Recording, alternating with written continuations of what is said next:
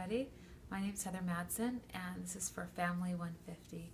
I'm going to go through my career profile and let you know some information I found. I normally wouldn't have my computer doing this. I just print it out, but my computer or my printer isn't working, so we're just going to read it from my computer instead. The first job title that I researched was for nutrition education and counseling, and that sounded pretty interesting to me. So when I looked that up, an example organization is the Arizona Department of Education and Health and Nutrition Services.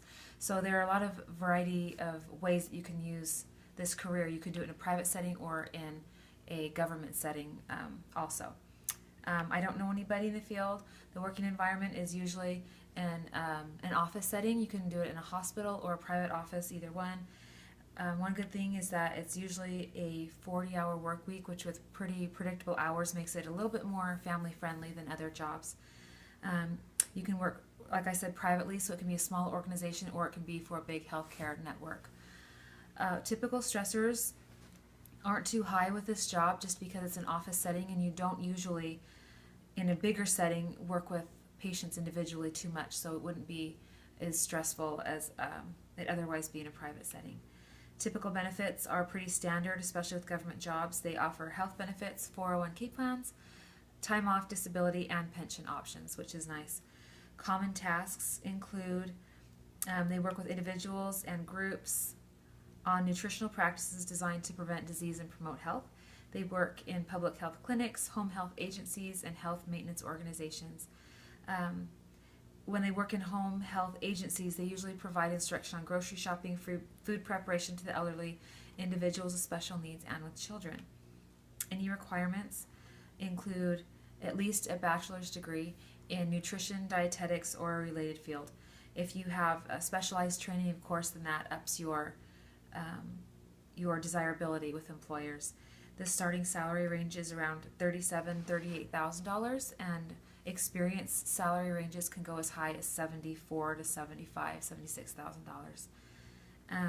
The second career profile that I chose was for prenatal and maternity services, and it was a little bit hard to nail that down for information, and so I used a medical social workers statistics for that, which is roughly the same thing in my research I found. One example organization that I found was Hospice of Arizona, which is a hospice organization here in the Valley. I don't know anybody in this career also, but the working environment it can usually be an office environment, it can be in a hospital setting, or it can be in a home health setting where you visit people in their home. And it's usually also a standard 40-hour work week.